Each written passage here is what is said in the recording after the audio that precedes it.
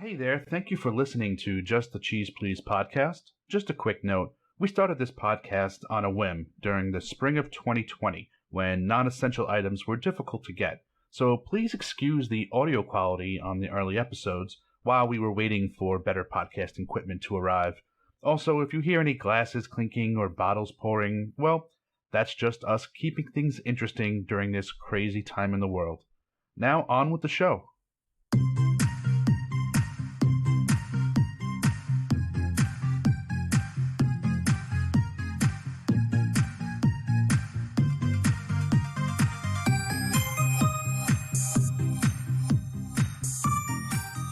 We are streaming. We're live. How you doing, Tara? Hi, good. How you doing? All right. So my name is Adam. This is Tara, and we are Just a Cheese Please. And today's pick was made by Tara. So Tara, tell us a little bit about this week's selection. Well, today I picked the 1986 classic by Richard Benjamin, The Money Pit. Very nice. I've loved this movie since I was a kid. I don't know that we consider it super cheesy, but there's definitely some elements of cheese in there that we can get into for sure. Yeah. So, now, I'll tell you a little bit about my history with this movie.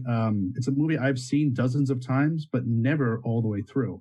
I've actually only seen this in like 20 or 30-minute chunks whenever it's on like TBS or television or something like that. Really? Yeah, and I probably didn't see it like around the time it came out. It's probably a movie that seemed boring to me, and it wasn't until I was in my teens that I started actually paying attention to it. But since I never caught it from the beginning, the beginning was something I really wasn't that familiar with. But from about midpoint on, I had seen probably all those scenes, a dozen times or more. So it was kind of nice to sit down and watch the whole thing through and really give it its due.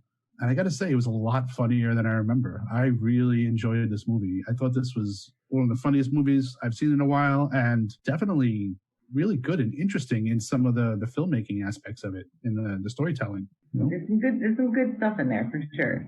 Definitely a couple of like plot holes, things that you're kind of like, well, why is this happening? And then, you don't even care because it's really not about that. It's about the comedy. It's about the hilarity. It's about the house. It's about all the things that go wrong and the slapstick that ensues basically throughout from pretty much from the very beginning of the movie. So yeah, and it's funny because I've seen a lot of Tom Hanks movies, and this for some reason is just one I always sort of forget about. It just never comes to the top of my mind. But I think this is definitely some of his best work, and I'm very impressed. Early in his career, for sure, but he still has those, Hanksisms that he's got, his facial expressions, his body language, his movements. I mean, the man could just be hysterical just standing there not saying anything. It's just something about the way that he carries himself. And he could just do an eye movement, and I'm hysterical. I'm laughing. So he definitely always has that ability. He's an amazing actor. Comedic, dramatic, it doesn't matter. He's just fantastic. Yeah, he's got some herky-jerky kind of movements that are pretty comedic, and I was really impressed with his physical comedy and some of the stunt work too. Like there were some things that I know, like some of the major stuff we used stunt doubles, but there was definitely some things that he did that I would not have done, or I would have been a little nervous about. Like there's a scene where he lights a match and he's holding a piece of paper and a match together. And he's on the phone, and the paper catches on fire in his hand, like almost really does get engulfed in flames. Yeah, it was pretty close. Yeah. There's one of my favorite scenes, though, we'll get into, I call it the mousetrap scene, which I think everybody knows when he's on the scaffolding and he falls into the plaster, and then I call it the mouse. It's just like kind of like a mousetrap, like he swings over to this, going down. That to me is one of the most classic scenes in pretty much any comedy movie. I mean, it's ridiculous, it's hysterical, it's perfectly timed, it's choreographed so well, but we'll get into that. Yeah, and there's an interesting thing about that that now that you mentioned it, I think I want to bring up later. It has to do with the reviews, because I've been trying to go to like the review section and get some reviews for some of these movies. The problem is that we picked two movies initially that we liked, and that's fine, but the reviews aren't as funny. It's funnier when you find reviews for movies that you think are bad. But these movies are good. So either people agree that they're good, or the reviews are that they're bad, and those people don't know what they're talking about. So, but there was a couple of reviews. Absolutely wrong. Exactly. Yeah. But there were a couple of reviews. I guess I'll just say it because I didn't even pull them. But there was a couple of reviews that basically said this movie wasn't funny except for one scene. Like literally, I went through all the bad reviews, and a quarter of them were saying there's only one funny scene in this, the rest was stupid. And I'm thinking now, is that the scene that everyone thought was funny? You know, maybe the rest of the movie was too highbrow for them. They needed the hilarious mousetrap hijinks. I definitely would not call this movie highbrow, but I mean, hey, you don't know what you're dealing with out there. But and interestingly enough, Rotten Tomatoes only gave this 43%, which I'm really surprised because I'm not saying it's masterful writing or anything, but as far as comedy movies go, it's got everything that you kind of want. So I'm curious. I mean, I'm curious. I'm just surprised that it got such a low score. I saw that too. I saw 43%, and even the audience score was 58. I thought, a lot of times the critics may not like slapstick humor, but the audience does. I thought the audience score would be a lot higher, but not very good. I was really shocked because, except for one person, there's really no one I spoke to that doesn't like this movie. Yeah, right. That's what I feel like. Most people think it's a funny movie because it just is. I don't know if it's our age. Maybe young people don't find that funny anymore. I don't know, but I feel like anyone that grew up in the 80s has seen the movie at least once, knows about it, and it's just a funny, silly, fun. It's just a fun movie. All right, so let's talk about what it's about. Well, we have Walter and Anne. Anne, her name is Anne, right? I think they say her name Anna. Anna. See, they say her name like twice in the movie. It's weird. You hear his name constantly. I had to look it up too. You really don't hear it. It's very interesting because I was like, is it Anna? And when you do, Anna, it's usually with an accent. So she was apparently married. So this is the part that even tripped me out. When I was a kid, I didn't get it at all, but I had to kind of pay attention. She's living in her ex-husband's apartment in Manhattan with another man. Now, I thought that was super weird. Like when I was watching it, I'm like, who would really be down with that? Or like, how is that? I don't know. I just thought it was very odd. So then she obviously gets kicked out because he's coming back and they have to find a place to live. They find this beautiful home out in, actually it was Locust Valley, New York is where the exteriors were filmed. And, they think it's too good to be true, which of course we all know, especially in an 80s movie, if it's too good to be true, it definitely is. So basically the second that they get to home, things start going wrong. And it's just, from, the bathtub falling through the floor to the stairs breaking to one of my other favorite scenes is him getting stuck in the rug in the hole in the floor. I mean, when they have that shot of her coming in the house and you see his legs just sticking out of the ceiling with the carpet, it gets me every time. It's just too funny. And you know what that is, but she walks right by because she doesn't know. She doesn't look up. You wouldn't really notice it, but you see his legs kind of flailing, and it's just really funny. So obviously they, things happen. They get it fixed up. They have a fight. But then, of course, in true cheesy 80s fashion, everything works out at the end, and it's happily ever after. And then there's an interesting part at the end, sort of the beginning and the end, they're kind of sort of erroneous. I guess you don't really need to have them, but it does sort of make it a little bit more interesting because you kind of feel like, why is this movie opening up in Rio de Janeiro or whatever? I come to know that that's his father, and he obviously is just kind of this money philandering, whatever, marries different people all the time. But then the end is kind of interesting too, because you don't know this little old lady. You think you feel so bad for her, but then we find out she's actually not as sweet as she seems. I love the intro, actually. I think you learn so much in the first 90 seconds because I timed it. I went back and looked. In 90 seconds, you learn that Tom Hanks' is a lawyer. Tom Hanks' father was a lawyer. Walter's father stole a bunch of money, went to Rio, married a girl. They now have a strained relationship. The son has to pick up the debts. He's still running the family business of being a lawyer. His girlfriend, they're not married, but they have a good relationship, and that they live in New York, and the father's not coming back. There's all this happens in 90 seconds. And I think it's just really awesome storytelling because it was entertaining and it served the purpose. There's so many movies now that you go 15 minutes before the credits roll and it's just a big mystery of what's going on, and then you have to wait till an hour in a movie to find out what's happening. This is boom, boom, set up the premise.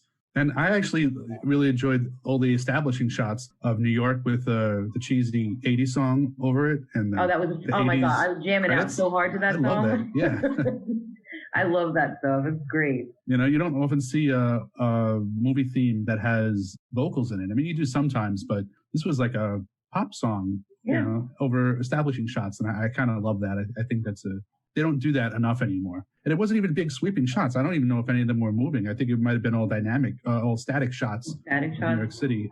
Pork chops. I don't know. I'm not sure. I don't really remember exactly like if they were or not, but it was just shots of the city, like skylines and everything. And I did like that in New York City and also at the house, which was on Long Island, every interior looked like it came from like a different century. And that is like really New York, right? You can go into two different buildings next to each other. One looks like it was just built and one looks like it's 200 years old. One's a colonial style, one's this. I do feel like they kind of captured that New York essence, even though New York played a very small role. New York City at least played a small role. I feel like they did capture that kind of feel of New York in the movie. So I thought that was cool. And I wanted to share my screen. I mean, we're done with the premise and the plot, right? We can get into details. I think we all pretty much know what it's about, yeah.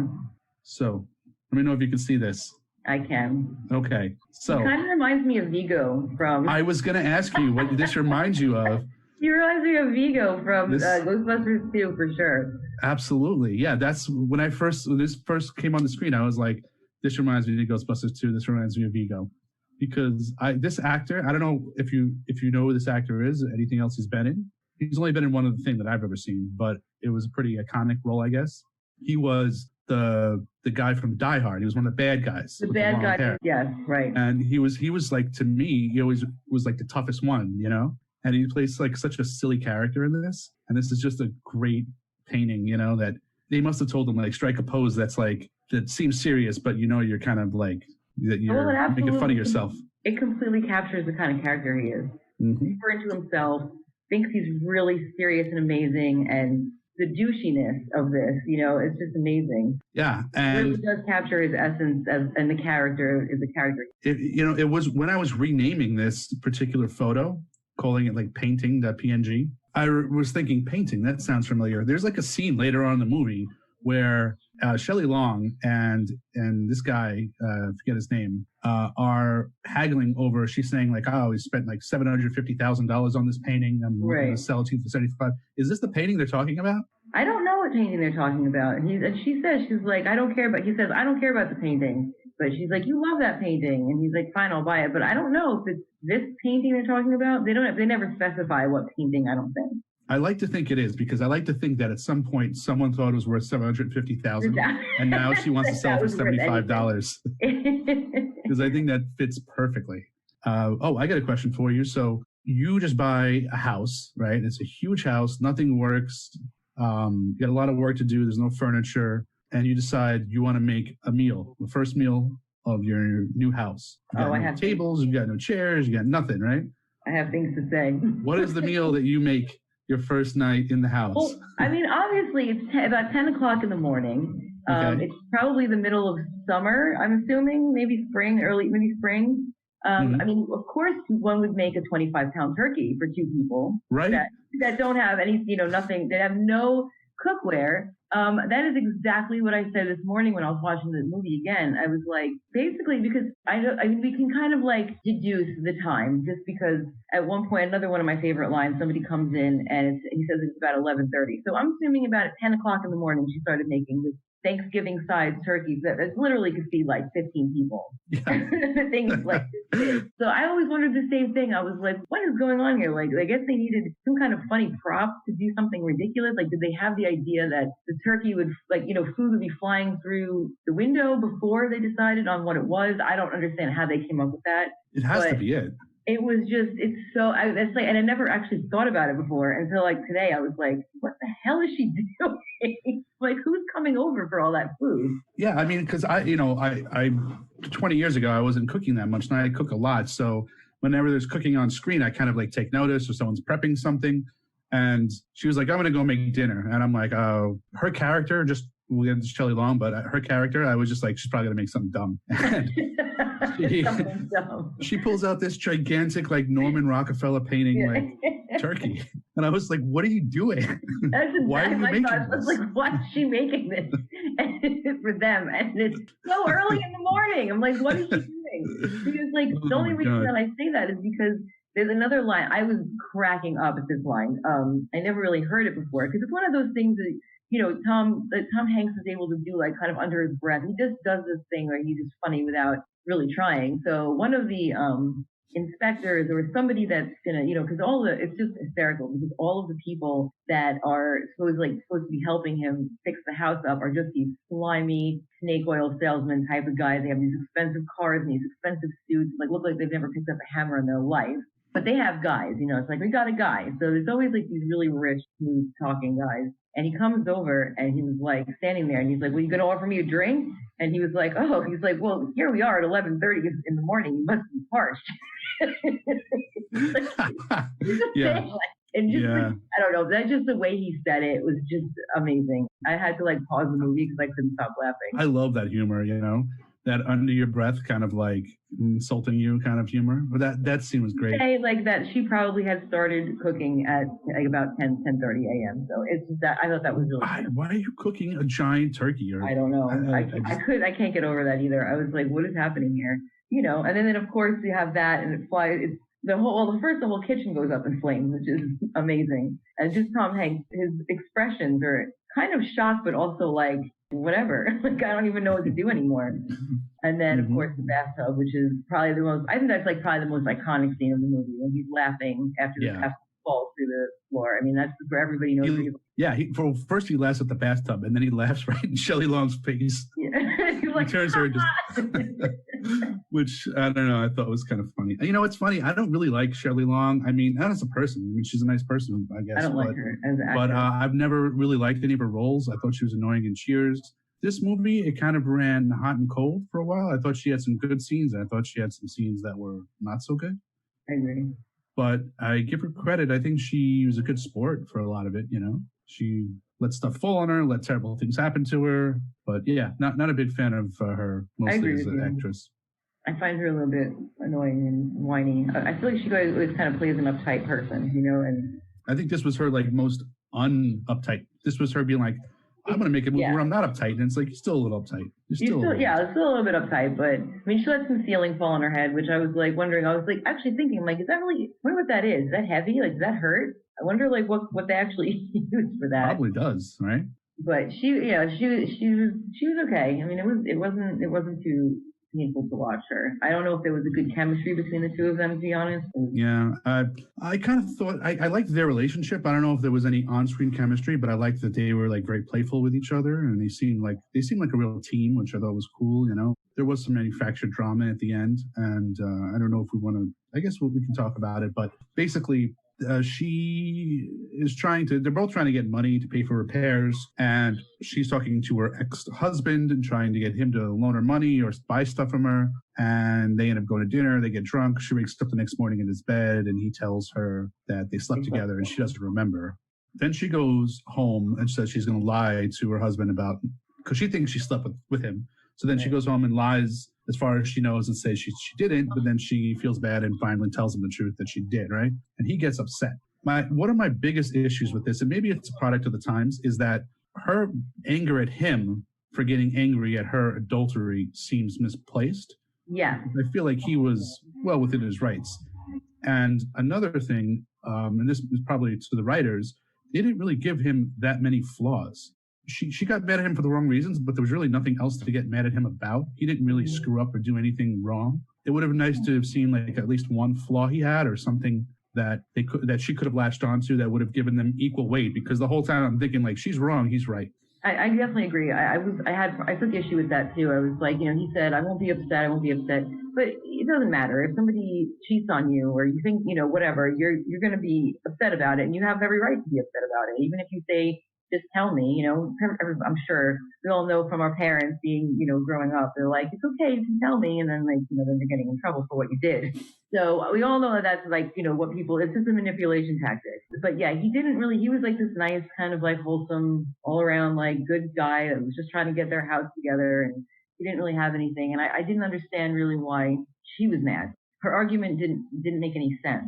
She was like yelling at him and calling him names and stuff. And I was like, you're the one that supposedly did something wrong, but you're sitting here telling him that he's a terrible person. It didn't, that was where one of the parts of the writing was just kind of like, I don't know about that. They could have done something else, I feel like, I was thinking maybe she didn't want to involve her ex-husband but he, needing the money, went around her back to the ex-husband to get money, to get a loan or something like that. And that's something that she didn't want to, you know what I mean? Like that could have been the conflict. That could have been part of the conflict. He actually asked her, if he asked the ex-husband for money. Involving him. I mean, they could have added something because there really was just no reason for her to be upset with him. Yeah. So also, like, I knew for some reason, like as a kid, I learned a lot about life through like tropes, I guess. When sometimes you can gain truth by watching what parody of truth is. And when it comes to like contractors, the idea that they kept saying like 2 weeks, everything's going to take 2 weeks. I was like, okay, so it's like funny because contractors are terrible at telling you how long things are going to take. Mm-hmm. You know? And it's kind of like what I always remembered from this movie, watching it when I was younger. Carpenters will always say it's going to take shorter than it is. Yeah, that was funny because then I never really caught it before, but when he was like, they're like, said 2 weeks, and like it's literally 4 months later, and they're still saying like 2 weeks and be done. I did have not an issue at all, but I found it funny that there was so much kind of cross-dressing and, like first the band that he managed, or that he's a lawyer for, it's like all these scruffy dudes, they dress like women. Mm-hmm. And then the work crew comes in and you've got like some of them in drag. You've got ones that are like dressed like S&M slaves, and you've got some that are just like Really? punks. I didn't notice that. Really? You didn't notice the work crew that came? How can you? I mean, they just roll like 50 deep. Everyone was either like in drag or wearing like dominatrix, like leather, or it was like some chicks with like high heels, and it was like the most motley. I did not notice that. That's like one of the biggest things. These are the people that are like literally working on the house. It's so ridiculous. I'm like, what is the obsession with like this kind of counterculture like thing that this like whoever did the movie was like really into or wanted it to be present in the movie? I don't know why. It was very fun. Okay, so let's get into it, right? So last time we did a segment that maybe we shouldn't do it, but let's talk about, do you think you can make this movie today? Yeah, I don't think there was anything that was like overly offensive.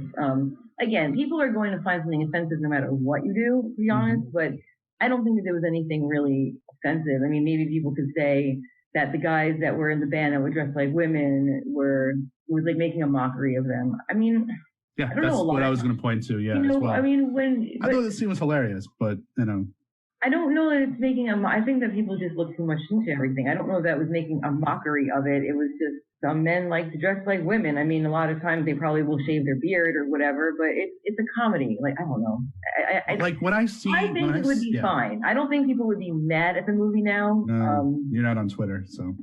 Yeah, that I am not, and I will never ever be on Twitter because I can't stand Twitter because everyone on Twitter is insane. I don't know what is going on in the Twitterverse, but they're crazy. People are crazy. They're worse than Facebook for sure. We got to do in this segment. I got to do Twitter as a nightmare segment where maybe I try to find stuff people are saying on Twitter about movies. No, the problem is that like you introduce an eccentric character onto the screen, and I'm going to look at that person as a single individual. It's the fact that you say, well, this person exhibits these qualities, therefore you're stereotyping this entire demographic of people who exhibit these qualities. It's like, no, you seem to be stereotyping those people. I'm looking at this particular individual who is a man with a beard who wears like pink dresses. Right. And I'm like, that guy is pretty hilarious because he doesn't even attempt at like makeup. He doesn't attempt at a voice. And then they want to call themselves Meryl Streep, which is very funny. He's like, we want to be called Meryl Streep. You cannot call yourself Meryl. No, you cannot call yourself. It's a joke. It's funny, and is it done at the expense of some people? I mean, I don't know. Is it really at the expense of them? I mean, are they really coming and saying like people that dress in drag or people that do this or transgender that they're ridiculous? I don't think that's what they're saying. I think that's what's wrong. Like people are always thinking that everything is a direct attack on things, and meanwhile, I mean, I don't think they were trans. I think it was either transvestites or drag. Or something. They were just drag. They just guys that dress. They weren't. I'm just saying in general what people would say. I mean, that they're attacking these kind of. It's not an attack. No one's attacking anyone. I mean, or that it's setting a bad example, and it's like I don't just because that individual in that movie had those qualities and I think it was hilarious doesn't mean I apply those to anybody else. Everybody, right? Yeah, that to me would be kind of painting everyone the same with one brush, and that's what I think we shouldn't do. So yeah, I agree that I think that would be problematic with a lot of people, but it wasn't a terribly important part of the movie, so they probably would just cut it.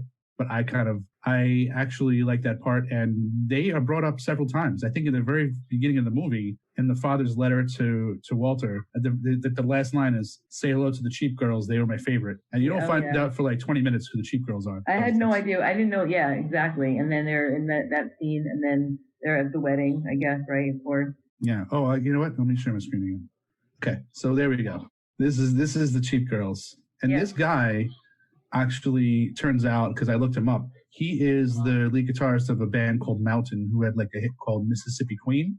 That is like a famous rock guitarist. Oh, Mississippi Queen, really? That's the guy. Like that's old song with the cowbell and Oh, wow. So that's a cheap His girls. voice is something else, though. I mean, he sounds like I'm so bad with actors' names. He played Robin Williams' friend that did his mask for him in Mrs. Doubtfire. Yeah, Harvey Firestein. Did we talk about this in last podcast, or we talk about this separately? Because I remember we talked about Harvey Firestein a few times recently, or maybe one other time recently. But yeah, he does sound like him. He has that kind of really raspy voice, and absolutely. I feel like this is a insert for Harvey Firestein. Maybe he was unavailable or something. Yeah. I mean, I don't know. I think it's funny. I love his sweater. I think his hair is adorable. I don't know. I'm not sitting there. I'm not thinking like, haha, stupid, transvestites. No, it's just a funny thing that he's doing. I don't know. They really aren't even trying. Like, they're wearing cheap not at all clothes. No makeup, messy hair. It's like full beard and mustache. Like, yeah, that's very funny. And then they want to call themselves Meryl Streep. And he says to him, he goes, "I've always liked you. You were so nice to us after your father stole our money," which I thought was hilarious because he says it very sincerely, But I don't know if it's like a kind of a dig, like, remember your father stole our money. Like, just don't forget that. Recapping. Okay, so this was the scene we were talking about before with him on the floor, right? This is just amazing. Yeah.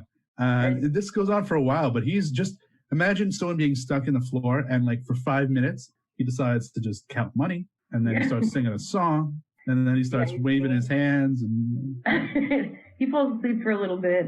And I love when she comes home and he's like trying to explain what's happening and she's kind of like all flustered and mad because he was supposed to pick her up from the train station. Of course, he didn't come. So she's kind of pissed off and she's like, "Oh, thank God you're here. Like for a little while, I thought the Care Bears were here."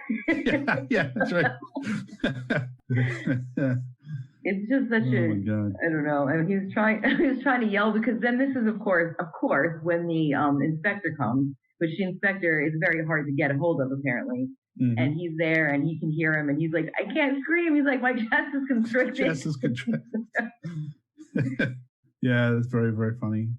What about this particular scene? I don't really completely understand this scene, to be completely honest with you. Like, he says I'm going to have to ask, Bobby? His name's Bobby or something?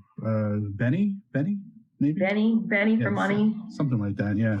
I mean, to be honest, though, is there anything that maybe I missed that's like a, foreshadowing point or an indication of who this child is? We're going to assume, obviously, because we're intelligent people, that he is either he's some kind of very rich actor, musician, something with a lot of money, and he represents him. Correct? That he's his lawyer. Mm-hmm. Right. Yeah. Because it seems like I don't know where he cut. What is the point of the scene? It seems like he could have just been like, "I'm going to go ask Benny for money," and just like, "Benny, oh no." We could have been okay with never knowing who Benny was because he doesn't play any other role in this movie at all.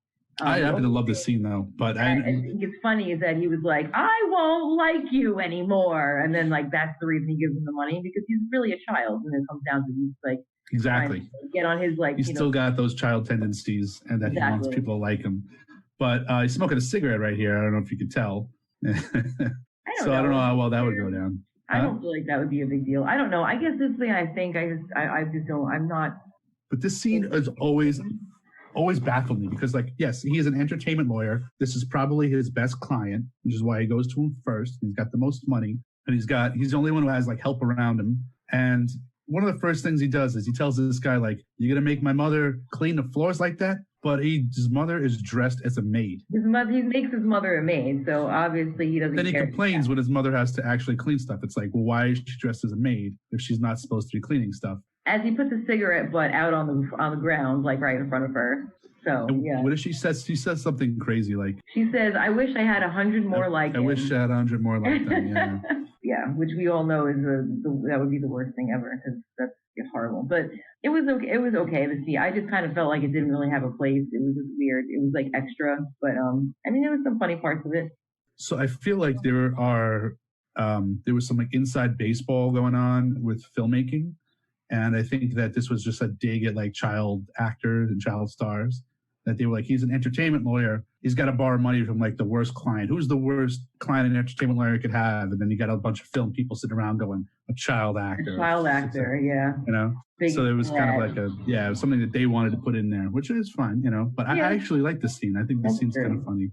Are we sure if that man is supposed to be his dad or is it just like his henchman or we don't know? Yeah, I think it's just his agent or manager or something like that, you know. But what did you think about Joe Mantegna? He looked so different to me in this. I almost didn't recognize him because of how young and thin he was. It almost didn't look like Joe Mantegna that I know. It was like the first contractor you see who was hitting on Shelley Long. Oh, that guy? Yeah. I don't even know I don't know who that is anyway.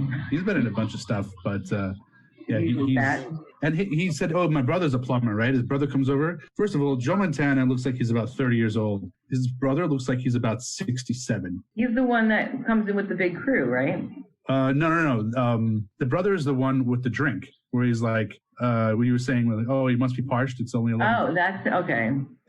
So that guy, Joe Montana, is supposed to be brothers. Who's coming and going and who was who. Because it was weird because the guy that came in with that huge crew and they started just immediately just like destroying the house, he was supposedly a plumber. And I'm like, why are you using tanks to like destroy the outside of the house if you're a plumber? It was kind of ridiculous. So I was a little bit like, I felt it was a little unclear, like who was who and, you know, who was related to who, because it was all just like this greasy slime ball, you know, like network of people that like all knew each other or related or whatever. And they were all just kind of terrible people, except for the guy at the very end. Like, I mean, that guy with the big crew, he was actually very sweet. He ended up sort of getting them back together in his little sentimental tirade about the house and how, like, you know, he was like, sometimes it looks like not something from the outside and blah, blah, blah. And then, of course, they look at each other with love in their eyes. Yeah, so do you think he actually knew what he was doing in that scene? Yes. Okay, all right. I do. Yeah. I like to think he's not that dumb, right? You know, I think he knew what he was doing. And I actually kind of liked him. He was sweet. You know, he was like, he did have a good heart. He wasn't like as bad as all the other people they dealt with. They all were just so like greedy and just didn't care about anything. And they were like, you give me all this money first and then I figure out when I want to start working. And it's like kind of that real, I mean, it's unfortunate. I mean, again, we go back to like talking about people like, you know, are all contractors or plumbers or business owners. Are they all like that? Of course not. But it's a joke about like. Yeah. I mean, that guy definitely. It's not everyone, but it's some of them. That guy was nice, but he had that like disease where you just can't read a room and you think it's okay to like laugh at someone else's misfortune with them because you think that they also find it funny. You know, there are people out there like that where he's like, oh yeah, no, we tore down the house and man, this house is terrible, right? And laughing about it. And, oh, the inspector came here. He was so mad you weren't here. You know, who knows? He may say he's never going to come back. How hilarious. And it's like, this is terrible news for me, you know. It is, but I thought he was one of the nicer ones. He was. Yeah, so there was a 4-month gap, and I feel like maybe there was definitely some open plot threads when they made this gap.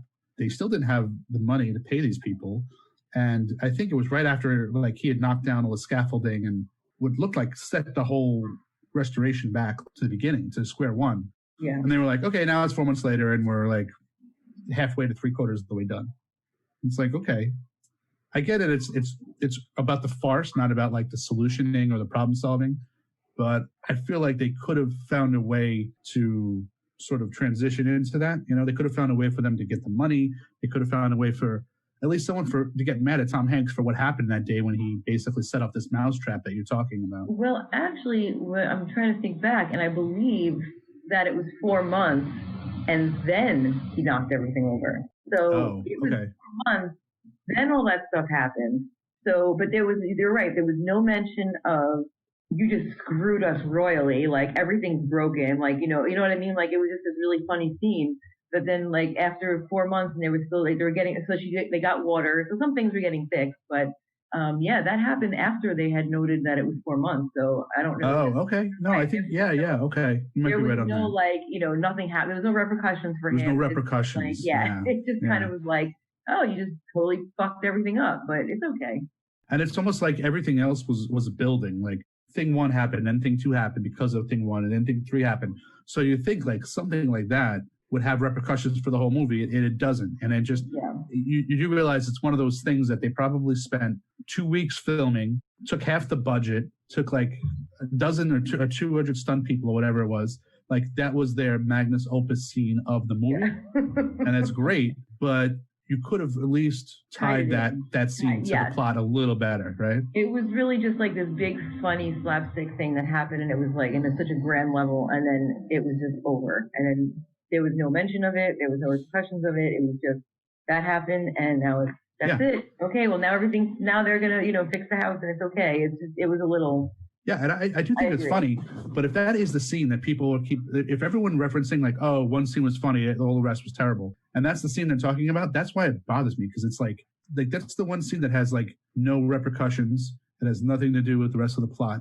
If that's the only scene that you like, then you do not care about like stories or narratives or characters or development, or maybe that is maybe that, because it is the one standout scene that's kind of different than the rest of the movie, I feel like. Well, if you think about it, really none of the things were. So if you were living in a house and a bathtub fell through the ceiling and into the floor and smashed everywhere, there would be repercussions of that. There would be water all over. There would be a smashed bathtub. There'd be a giant hole in your ceiling. None of the things, That's the true. only thing that they ever referenced again as throughout the movie was the stairs. And there were so many things that went wrong.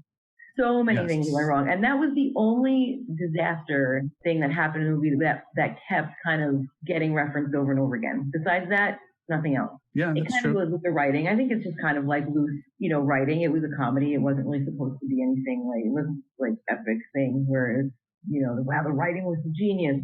It's just supposed to be funny. So, but as I noticed that, it was like, the stairs are the only thing that actually kept coming into play. I disagree. I think this was a brilliantly written movie. I think this was actually, I'm impressed with the writing. I'm impressed with the jokes, the setups, the payoffs, the characters, the plot narrative for most of it. For a 90-minute movie, and that's all it really needs to be, comedies need to go back to being 90 minutes for sure. Yeah. I think this was a brilliantly written movie. It was one of those things where it's like there was a story there, and if you don't know subtle humor, you could have watched this as a drama / comedy. But if you get subtle humor, this was almost like every 5 minutes there was something funny happening. Right. And I just thought it was really written very well. I was impressed. I was impressed with the writing on this. I feel like it was written well comedically. Like it was funny. The timing was good. But I'm saying the story. I should be more specific. Like the story itself was not anything amazing. It wasn't an incredible story. It wasn't like its dialogue was so incredible, or the comedy was funny. That's true. The nuances were funny. There were subtleties that were funny. But, as far as the writing went, it was just a movie. It was just another cheesy 80s comedy, That's kind of like how I look at it. But the only difference is I think this one is actually funny as opposed to a lot of the other ones that are just, sometimes I just can't. Sometimes I just cannot deal with like what's supposed to be funny, and I don't know. Like what's an example you think? I don't know. I mean, I want to say Naked Gun, but I kind of think the Naked Gun, like the first thing, it was kind of funny. But even like that kind of humor, that really lowbrow, that real misogynistic tits and ass joke, just lowbrow, like that kind of stuff. It's just, I just don't find it funny. And it's not because it offends me or because I'm like sensitive or I'm a snowflake. I don't care about that. If it's funny, it's funny. But it's just generally like that, the 80s, like I just felt like that, it just doesn't make me laugh. There's other movies that I feel like I could explain it, encompass what I'm feeling and trying to say better, but I just can't think off the top of my head. But that type of humor, I don't find it very entertaining. But this is, I don't know, this is a lot more wholesome, I guess, right? I mean, yeah, it doesn't have to be about sex. It's just like, it's not about that. I found the type of humor that this was funny. I don't know why. I have a very odd sense of humor. I think anyone that knows me knows that. Like, I don't have a regular typical sense of humor. I find strange things funny. I find subtlety funny. I find dry humor funny. Rodney Dangerfield can't, like that kind of stuff. I can't. He to me, he's annoying, insufferable. He's not funny. Okay. Yeah. I just don't think it's funny. I'm not really. Yeah, I think I feel like a lot of guys like Rodney Dangerfield. I'm not sure if girls do. The Police Academy movies were funny. And I'm not above some like slapstick, like silliness. It's not about that. It's just a certain type of humor, and it's the way it's delivered. It's the delivery of it. Like as you know, Scrooge is one of my all-time favorite movies, and that to me is like all about it's Bill Murray and his subtlety, the way he speaks, the faces he makes. Like that to me is funny. You don't have to say anything really. It could be just the look, and I don't know. That's just me, and I'm sure I'm not alone. I'm sure there's plenty of people out there that agree with me and that have that same thing. But Yeah. Well, I mean, I love Scrooge too, right? I'm a big fan of Scrooge. My family was always a big Scrooge fan, and that's kind of my Christmas classic. I know it's yours as well. Oh, absolutely, every year. Yeah. Bill Murray, and I just love Bill Murray because I'm sure he's probably not the nicest person, or from what I hear, but it's that kind of attitude that's I find funny, that where he's kind of like a jerk. I always sort of find jerks funny. So, but I was just really, really surprised by the amount of people who did not like this movie. Me too. I want to share with you a review. I pulled a couple of reviews, but there's really only one I want to talk about because, like I said, one was basically said there's one funny scene, the rest were garbage, and then a lot of people gave on Amazon gave it 1 star because they said this should be free. I should pay for this. This should be part of Prime. So that was a lot of people's complaints. So they were like, I watched it on Netflix, and it was great. I watched it on Netflix. Yeah. Sorry, I guess not everybody has all of it, but I don't really. People, I don't know. Like the last movie we did, it didn't play right, 1 star. It's like you can give Amazon 1 star, but don't give the movie 1 star because you didn't like the way that Amazon dealt with an issue. Like that kind of stuff drives me crazy. This is why I can't stand I don't really like reviewing this, like the culture of reviewing things. It makes me crazy. I think it'd be interesting to take a test, some sort of test before you give a review. Yeah. So that you would be able to know what type of person you're dealing with when you give these reviews. Because obviously you don't understand how reviews work if you're trying to review Amazon on a movie. Okay, so let me see if you can see. Can you see this now? Okay, yeah. You can see this. This review said, funny movie, but one major plot hole. Why didn't they just get a house inspector before closing, right? Well, I mean, you kind of have to, though, don't you? I never bought a house, but don't you have to do that? Yes. Okay. So that's true. 1 star. So that guy was upset enough about that plot hole. Well, then there wouldn't have been a movie. One of the worst movies he's ever seen. Even though he thought it was funny, this is one of the worst movies he's ever seen now because they didn't get an inspector. You know what I think? Okay, this is my thing with people that do that. And I understand because I do the same thing. I mean, I'm not saying that I'm an expert, but I did go to film school, as you know. And sometimes I can be really, really obnoxious about movies, and I can take them apart, and I can do this and that, and there's a plot hole here. But a lot of times, my answer is like, oh, well, why didn't they just do that? And I'm like, well, because then there wouldn't have been a movie. Right. Yeah. There would be no movie if they did that. So then the whole point is that it was a fast closing. The woman wanted, obviously she was a shady bitch, and she wanted the money, and she wanted to run off with Carlos, like whatever, in Brazil. And that was the movie. That's why, Brad. That's why, okay? Yeah, exactly. That is why he didn't get an inspection, because then there wouldn't have been a money pit. So you mentioned Carlos. I want to talk a little bit about the couple who sells them the house. And I can't remember the actress's name. She's famous, too. Who's the actress? The actress who plays... Yeah. Because she's got third billing in the movie, which is crazy. I think that's just on name recognition, I guess. I mean, I don't know who she is. I just think she's funny. She's just like the old drunk that, Maureen Stapleton. Maureen Stapleton, yeah. She's funny, I think. She plays a good, what was me kind of. She was excellent. I mean, there's just from the way she was, what I love when people really act like what they're doing is happening. So just her, I imagine that she had a gin and tonic in her hand or something, it was clear, and she obviously kind of seemed like she was drinking. And she takes a sip and she's just like, and then she starts to talk, and then she's like, and we've all done that. You take a sip and you're like, oh, that's so strong. Wait a second, I need a minute.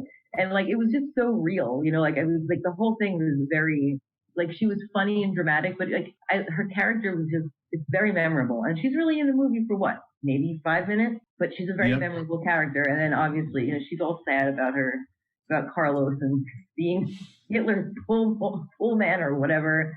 And she does it. She plays it well. You know, she makes him feel so sorry for her, and she's like crying, and she's driving the car, and she's like crying about it, and then you see that she's really kind of an asshole, and then her and Carlos is just doing just fine and doing the same thing to Tom Hanks' dad and his new wife, which is a cute way to end it. I thought that was like kind of that comes full circle, like his dad's gonna get screwed over now kind of thing. Yeah, so I there was something I noticed about this scene, and throughout the entire movie, that carpenter, the plumber that you like, that guy, he keeps leaving and he keeps saying "hasta" something else, like "hasta till next time" or "hasta." Yeah, he says it wrong. Yeah. Right. At the very end, the Carlos, the pool boy, he says "Auf Wiedersehen," and he says, "Oh no, excuse me, hasta luego." Right. And he says it because they're in Rio, so it makes sense for them to be speaking Spanish or Portuguese. But I don't know if those are connected. Like the people who sold them the house seems to be using like a phrase that also the carpenter or plumbers are also using. Like, is it all one big family of schemers? I don't know. But it was just something I thought was interesting because it's like maybe it's unconnected, but it's just strange that like there's like one foreign word in the whole movie and it's used by two different characters, and for that to be unrelated just seems a little weird to me. I don't know. I mean, maybe I did not notice that, and I feel like maybe you might be looking into it too much. But I mean, you could be on maybe, something. Yeah, maybe. We only see Carlos that one time. We have no idea who he is. Yeah. There was one other thing I was going to mention. Did you notice who, in the very, very first scene, they're in bed together, and you find out that she's living in that Russian guy's apartment, her ex-husband. What? This is the maestro. Maestro, that's right. So then the doors open up and someone walks in to say, like, you got to get out. The maestro's coming back into this apartment, right? That guy who opens the doors and tells them, hey, like, you got to get out. Do you know who that was? He looks familiar, but I don't know why I couldn't place him all. That was Yakov Smirnoff. Are you serious? Yes. I was looking, I was like, isn't that Yakov Smirnoff? Because he's playing it straight. He's not doing like the whole stick. But I was like, that might be him. And I looked it up and it's definitely him. That's which funny, is another thing. Like, I was like, he looks familiar, but I was like, yeah, it's the 80s. Everybody looked younger and different and had hair.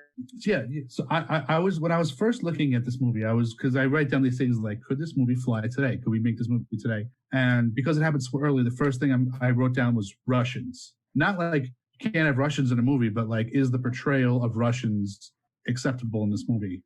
And I put a big no. And I think that it's just me. I really do think that either that was a very, very bad stereotype of Russians and they'd be upset, or maybe it's not. And I just literally find Russians hilarious. Like I find their accents, I find their demeanors hilarious. Like, I don't know. But I was like, this seems offensive to me, but maybe it's not. I don't know. I mean, I feel like so many movies throughout the 80s, even through the 90s. I mean, even like still today, like when they portray, I guess maybe not as much today, but I mean, like for a long time, like the way that they portrayed Russians, like usually some big, fat, sweaty Russian like guy, sitting there and kind of barking orders at someone. I mean, what did I watch the other day? Boondock Saints. Boondock Saints. I mean, that's a chock full of stereotypes, but I don't feel like people ever get mad about that. I don't know. I think people pick and choose what they get upset about. I don't really think those guys were that bad. I mean, all they did was come in and take the stuff and like they were putting her stuff away and putting his stuff. Like, what did they do? I feel like the people who would get mad at Boondock Saints never saw Boondock Saints because no one ever like shoved it in their face. It's one of those movies that like you're not gonna see unless someone's like, "Yo, you got to watch this movie." Right. And those people don't have people who are gonna tell them like, "Yo, you got to watch this movie." Yeah. But I don't think the Russians in the Money Pit were really so bad. What did they do that was so terrible? I don't know. I don't look at things like that. It's hard for me to see why people get offended at a lot of things because I just don't look at it that way. And I know it sounds like, I just don't look at it. I really just don't though, because I have a sense of humor. I'm not overly sensitive. I don't take everything personally. I don't think everything is a personal attack against a certain group of people. And I think most people are like, not most people, a lot of people are like that. And I'm sorry that people are like that. I feel sorry for them. Like you can't just have fun. Everything's got to be political. Everything's got to be an attack. Everything has to be like, oh, you can't say that. You can't do that. It's kind of exhausting, to be honest. Like you can't just laugh at something anymore. You can't laugh at something anymore. It's absolutely exhausting. I don't get it. I just don't get it. It's interesting because I feel like everything today is looked through that light of not is it a good movie or is it funny? or are the characters unique, but is this sending the right message? And so people look for messages where they probably shouldn't. There aren't any. Exactly. So I don't think there were any messages back in these 80s movies, but it's interesting now for me to go back and say, okay, does this movie, would somebody who is now trained their brain to look for this stuff, would they look at this movie and try to see a negative message? Because it's always going to be negative. No one's ever going to say, oh, it's got a positive message. They're going to say, like, I don't like this, I don't like that, I don't like this. So, well, I like that we do that. I like that you asked that question because it does make you think about it, because I don't normally think about stuff like that unless it's something that's really, really blatant. I mean, some things you can't ignore. But I do like that you asked that question, because I think that that's what a lot of people would, say. They'd be like, oh, you could never do that now, Well, unfortunately, you're probably right, because like you said, people are they've trained themselves through all of this, just the way that this is like the political climate of everything. Everything is looked at under a microscope, and like, are you portraying these people in a potentially harmful or negative way? And again, it's exhausting. It's just unnecessary and exhausting. But it's just funny because I wrote down Russians, because it either means that they stereotype Russians, or I think real Russians are hilarious. Like, I would love to be like, no, that's how Russians really are. And I just feel like it's being offensive. You never say that about anybody, because that's just not true. Nobody is everything all the time, but that's true. That's true. I didn't really think that there was anything wrong with them. I thought they were just playing characters, and they were just, I don't know. I just didn't see anything weird about them. I don't think it was, the maestro supposed to be Russian, because his accent was not Russian. I don't know. I don't think they ever said what he was. I'm not sure where he was supposed to be from. He was obviously not American. Yeah. And there was a couple of scenes where he was conducting the orchestra, because he's conducting an orchestra. She's in the orchestra, where he tries to shame them for doing badly. Yeah. It's like perfect. What's that? It's like perfect music, and he's just like, I guess I have to let you go have lunch now. Yeah, and he said those who played badly should not be able to eat, and those who played well should like choke on them. Choke. I hope you choke. Oh God, he's just terrible. So I don't know anything. I think I went through everything I wanted to talk about. Are there any other things? I can't recall anything else that we haven't touched on. I'm trying to think that, we talked about the turkey. We talked about the mousetrap scene, which, there's one part in that, I don't know why it is. It's just, and it's my humor is very subtle, where he's sitting in I don't think it's a wheelbarrow, because it kind of goes on its own, but it's like a cart of some sort that they're using to like carry, bricks and stuff. Okay. And he ends up in that. And he's got the sheet over his head, and he's like, he's all white and looks like, like a ghost. And I feel like they look up at first, they see him on like the ceiling, and on the roof, and I feel like they think they're hallucinating, like they don't know what's going on. But there's one part where he's in that, and he kind of like he's like looking around, but he obviously can't see, because he's got this wet sheet with the plaster in his face. But his head movements, he's kind of looking around like this, and I don't know what it is about that scene that makes me laugh so hard. But it's like you can't do anything, you can't see anything, but still, yet he's still trying to look around, like to see what he's like, doesn't know what's going on. Like most of the time when you do see him, he's got this ridiculous smile on his face. Like he's kind of just like, oh, this is happening. Like he's just kind of been resigned to the fact that like nothing is ever going to be right again in his life. It's always going to go wrong, and it's just like, who cares? Yeah, you feel like if you were causing that much damage, you may just like sit down, but he just keeps walking or keep going, like wherever he's going, he just keeps doing his thing. Yeah, I don't know. I really enjoyed Tom Hanks' performance in this. I thought he did such a great job physically, vocally. I was really impressed. It's kind of one of those, I think, pay your dues movies, and I think he did a wonderful job. I agree. I think it's very funny. I don't know, 8.5 out of 10 for me, for sure.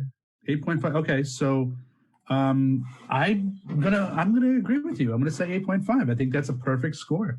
Yeah. I think it's a perfect score because first of all, I think a point system's good. Let's do that from now on, right? Yeah. Definitely recommend this movie, but I almost never give 10s. 9.5 are basically the best movies ever made. 9s are usually like one thing shy, like would have been perfect except for one little thing. Right. And between 8 and 9 is as good as you can get if the genre is an epic. And this is not an epic movie, Absolutely. but it's as good as you can get without it being an epic movie as far as I'm concerned. I really enjoyed this movie. So I agree. All right. Well, okay. I love it. That's good. Cool. Yeah. So like we'll have to, I like the point system. So we'll do that. But I feel like we need Definitely. to branch out to movies. So we did one that you really like and one that I really like. I think we should do something that is just notoriously terrible and see what we both think about it, and bring that, I mean, I hate to say a movie's bad or whatever because everyone has their own opinion, but there are some movies out there, let's be realistic, that are just Okay. notoriously awful. Plot, acting, storyline, I mean, you name it, and it's just bad. Do you have any ideas? I have one. I don't know if I want to say it yet, but we could definitely discuss it. Okay, well, I mean, I'll probably go along with it, so you can tease it here, or we can leave it for a surprise next week. It's up to you. Well, I was thinking maybe Masters of the Universe. Masters of the Universe. I mean, I don't know. Is that as a little child, you might have thought that was. Yeah, I was going to say, how do you know I didn't like that movie? That's why I said I was like, I don't know, but I think as an adult, maybe not. Maybe you do like it, and maybe that'll just make it more exciting because you're going to say like, no, this is amazing, and then we'll have, then. I haven't seen that movie in 25 years, and I already have a lot to say on it. So I think we're good. I can't remember if I even saw the whole thing all the way through. So. Yeah, no, I think that's a perfect choice. You can pick twice in a row. That's fine. Oh no, I don't need to. I'm just saying. I just think that would be an interesting one. But okay, that's fine. We have our pick of terrible movies out there. Come on. Masters of the Universe, and we will see everybody next time on Just the Cheese, Please. Stay fresh, cheese bag.